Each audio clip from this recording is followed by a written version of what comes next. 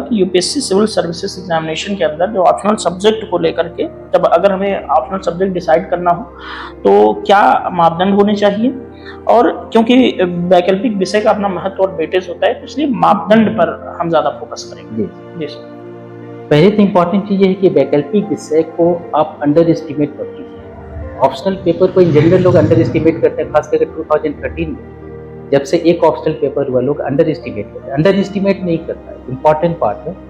और कहीं ना कहीं रैंक लाने के लिए जरूरी है कि ऑप्शनल में अच्छे मार्क्स होंगे। बिल्कुल सर। अब ऑप्शनल का सिलेक्शन कैसे करें, तो मेरे विचार से ऑप्शनल के सिलेक्शन में 2-3 क्राइटेरिया को दिमाग में बच्चे को रखना चाहिए। पहला क्राइटेरिया ये होना चाहिए कि उनको उसमें रुचि है कि नहीं, इंटरेस्ट है। बिल्कुल सर, सबसे कुछ बड़ी लोग बात। ऐसे होते हैं कि इंटरेस्ट किसी और सब्जेक्ट में होता है, ले इसलिए और सब्जेक्ट लेते हैं क्योंकि लोग भीड़ में ले रहे हैं, हाँ, क्योंकि मार्केट ट्रेंडिंग में में चल रहा होता है। उसको बोलते हैं कि ट्रेंड में आजकल है। बिल्कुल सर। ट्रेंड कुछ नहीं होता, ये बिल्कुल पर्सनल इंटरेस्ट की बात है। एक तो इंटरेस्ट आपका फोकस होना चाहिए। दूसरा ये आप कर सकते हैं एक दिमागी रूप से कि मैं इस ऑप्शनल पेपर को लेता हूं तो एफर्ट मैनेजमेंट है कि नहीं।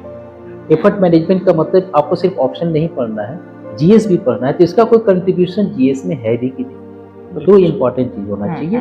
बाकी आप कह सकते हैं कि हमारे पास में अवेलेबिलिटी है कि नहीं रिसोर्सेज का।